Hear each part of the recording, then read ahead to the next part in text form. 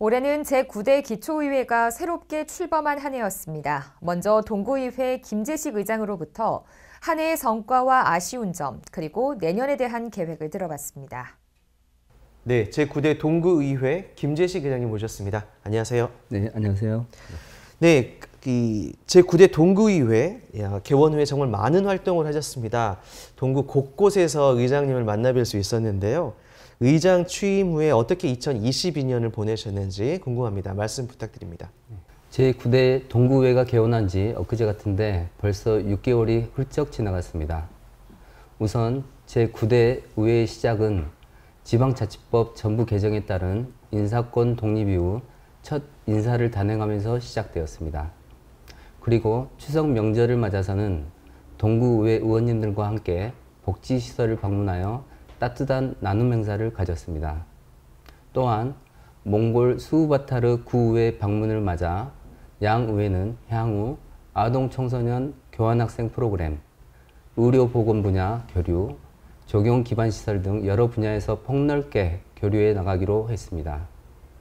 채 반년이 되지 않은 짧은 기간이었지만 저에게 많은 성원을 보내주신 주민 여러분께 보답하고자 이렇듯 현장 중심의 의정활동에 최선을 다하였다고 생각합니다.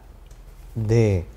올해는 코로나19가 이제 마무리가 되면서 이 동구 발전을 위해 많은 노력들을 기울였던 것이 기억이 납니다. 특히 동구의회도 이 코로나 이후 우리 지역민들의 발전을 위해서 어떤 노력을 기울이셨는지, 그리고 다소 아쉬운 점이 있다면 어떤 것들이 있는지 말씀 부탁드리겠습니다. 우선 동구의회가 생긴 이래 최초로 관내 13개동 전체 주민들의 다양한 의견을 들어보기 위해서 저희는 주민 의견 청취의 날을 추진했었고, 주민 여러분의 큰 호응 속에 마무리되었습니다. 우선 충장동과 동명동을 시작으로 13개동 전체를 순회하며 진행되었는데요. 주된 민원사항으로 주차장 확보, 공폐가 활용, 우호수관 정비, 보행환경 개선, 가로등 보수 등이 주를 이뤘는데요. 총 234건의 건의 및 애로사항을 청취하고 접수하였습니다.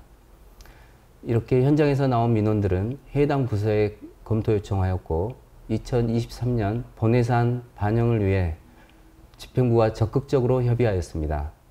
시간이 필요하거나 해결하지 못한 민원들은 의회 상임위 차원에서 지속적으로 협의해 나갈 것입니다. 다가올 2023년에는 더 많은 주민분들과 소통하는 시간을 갖도록 하겠습니다.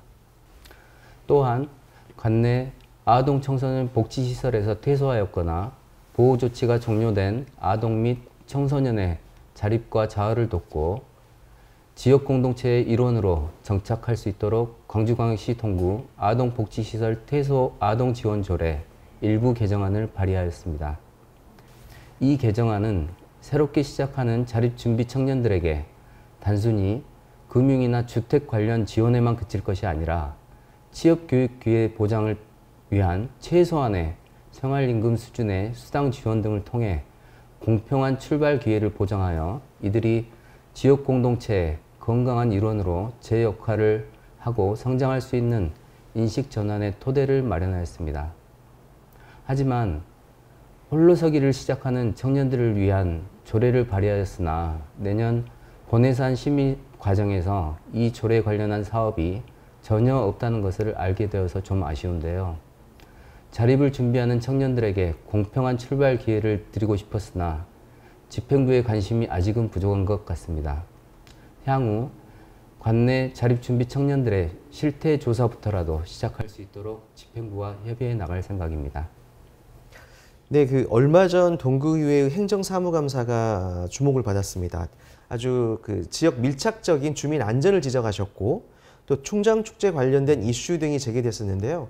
이와 관련돼서 어떻게 향후 계획을 갖고 계신지, 그리고 또 내년에도 이 집행부의 어떤 계획들에 집중적으로 관여를 하실 계획이신지 말씀 부탁드리겠습니다. 제가 늘 드리는 말씀이 있습니다. 확인되지 않은 안전은 안전한 것이 아니다 라고 말씀드리곤 합니다.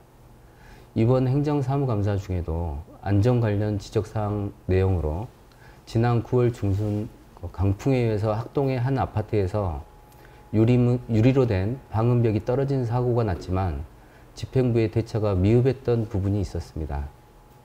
집행부가 유리 방음벽이 떨어진 인도를 전혀 통제하지 않고 방치해 두는 등 안전사고에 적극 대처하지 않았다는 것입니다. 실제로 그날 지역 주민의 연락을 받고 저도 현장에 나갔었는데요.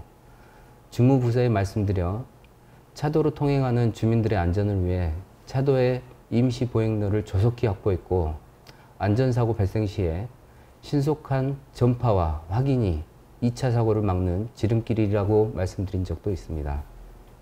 그리고 충장축제 관련해서 말씀해 주셨는데요. 지난 10월 3년 만에 성대하게 열린 충장축제에 57만여 명이 찾아주시면서 아주 성공적으로 마쳤습니다.